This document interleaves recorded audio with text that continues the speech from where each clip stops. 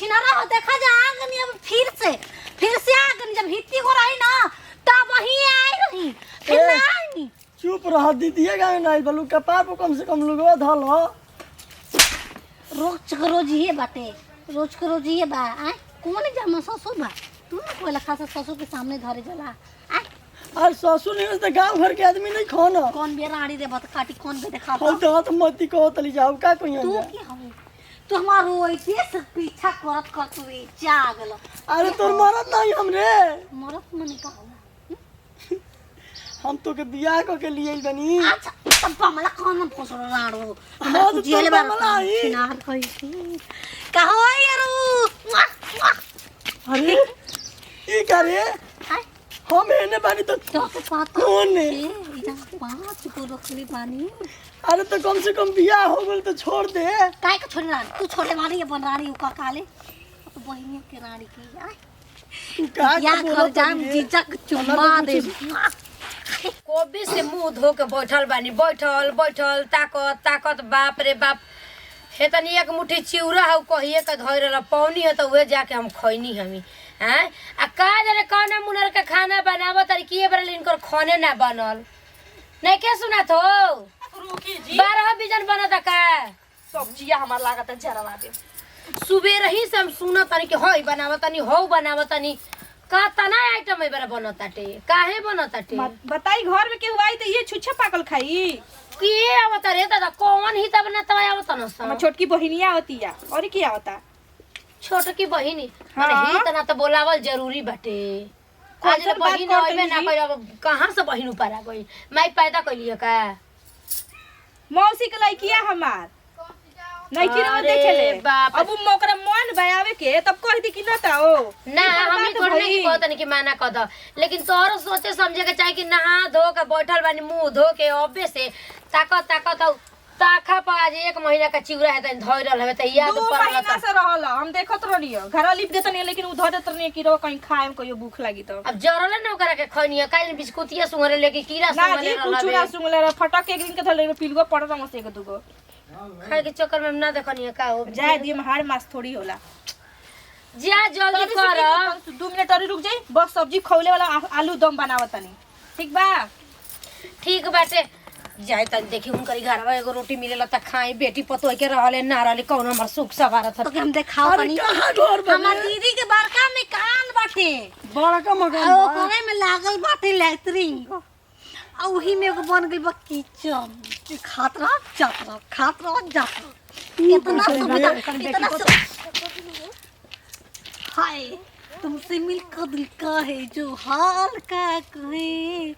हो गया है प्यार आंखें भड़का करता है देख लो को फूटल ना बकहाला भड़कल कहाला राड़ो कहा मुट को जा तनी संभाल के ना चल सकेलू एगो त चोरी ऊपर से सीना चोरी कइलो आओ ना ए चल जा। माने बूढ़ पुरानिया पाइन के मत हाथ कर दिए अरे दादा अरे छोड़ ये दादा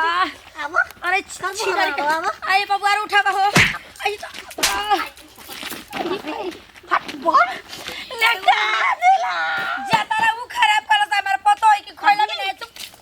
ये तो माल के छोटे चल चल खेला अरे बढ़िया ऐसे जाना कहाँ है रे रास्ता में। कहाँ का खेला बढ़िया ये रास्ता ता भतरी एक तो चोरी ऊपर से सिरा चोरी कलू ह सब त हमरा के पटक दिहलू बूढ़ पुरानिया बन ते कर मतलब कहा तू ना बुढ़ाइबू ऐसा ही जवानी उछल मारत रही चल तोरा पीछा चल तनी खेला बढ़िया कि तू कहाँ चल तनी केव ना के घर के हई बताई खाना चिल्ला तो लिया बूढ़िया कि खाना बनल कि ना बनल आगे बन गल त के जाने केने चल गइली अब इंतजार कर आ जाए तो वैसे में हमर बहिनी आही वाला होई उ खा लिया सो त केहू खाई त ठीक बा। ओय हो दादा का भंजी काहे रो तनी हां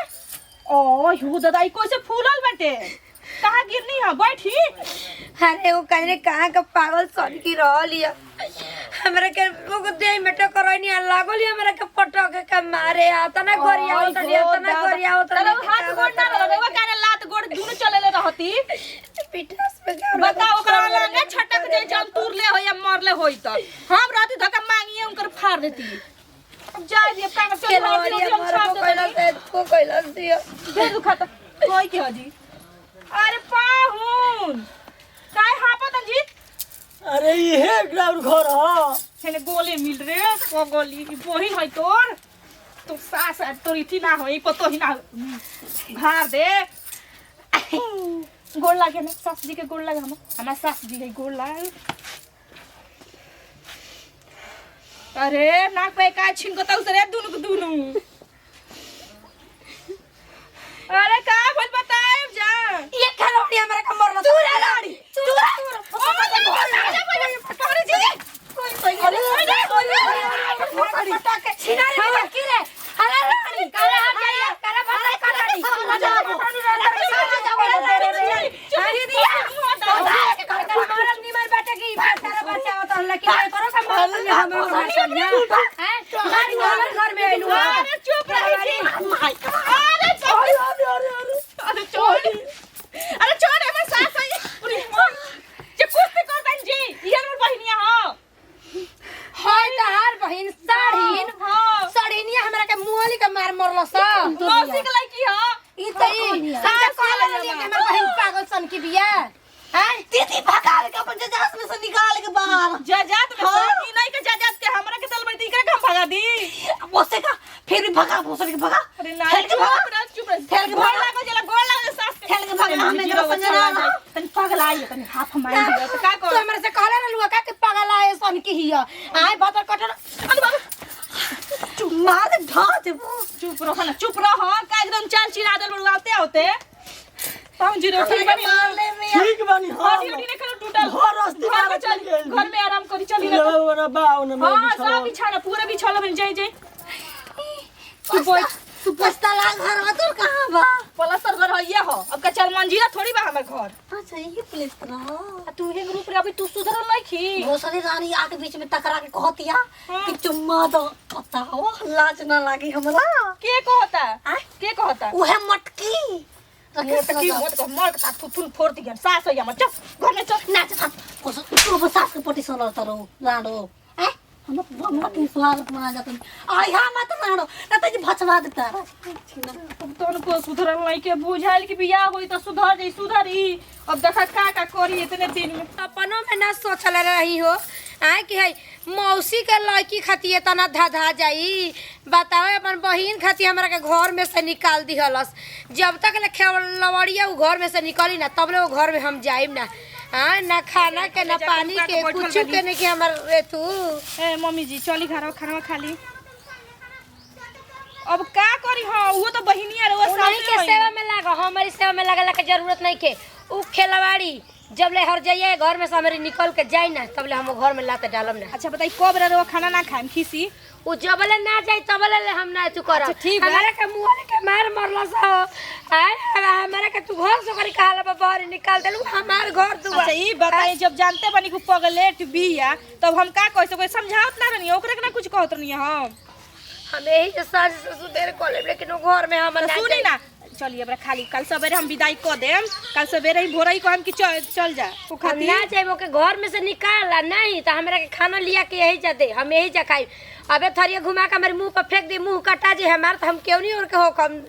ये पुआरा में के खाना खाएम जी के हम ऊपर पुआरा में खाई चाहे गोबर माटी में खाई हमार ये दिने बाटे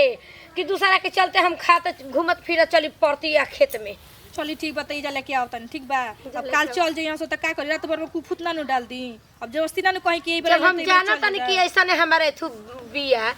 बहिन त का जरूरत पे जब बोले लगा बोला कि अपन बेइज्जती करवा हमार का जरूरत बा करवैला के चली मछरिया खाम नु हम मछली खाइम कि का खाइम जो भी तोरा देवे के बाटे चाहे नहीं देवे के वो कहो देवे के बात लिया के से भेजवाओ तनी हम थोड़ी अब जा तू ही खुश रह लेके बहिन के आ बहन होई के कुशल मंगल रह गावा वही में हर की तो हाँ तो ना पैसा मांगो तनी तो हमें वही शरीयत पर देम न कि हमार मेहरारू ठीक होई तब हाँ हम बनारस चाहे पटना चल जीब हाँ चली ठीक बा बड़ा बबुआ ऊ तनी काम के बारे में बतियाओ तनी हाँ अरे हम का कही हो के गने लेके एकर माला जपता रह अब का करी देखते बानी देखे में सुंदर लागत है ना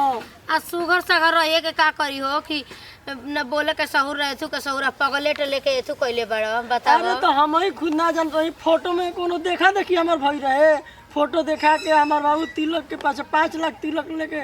आ बियाह कइले हम देखा देखी भइल ना रहे हमार धोखा से हो गल बना।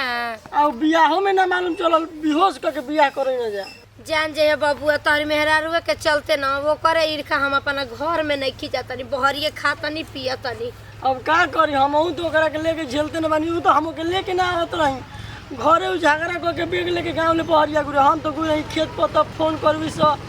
कि भाग गइल बिया तब जैसे ही रहनी वैसे ही अब हम अइनी हो का करी ई देखो कहत के करा के छोड़ दे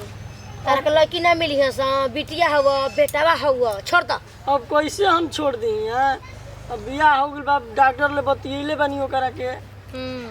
अब मांगत न 2 लाख रुपया तब का करी पैसा के ना न देखब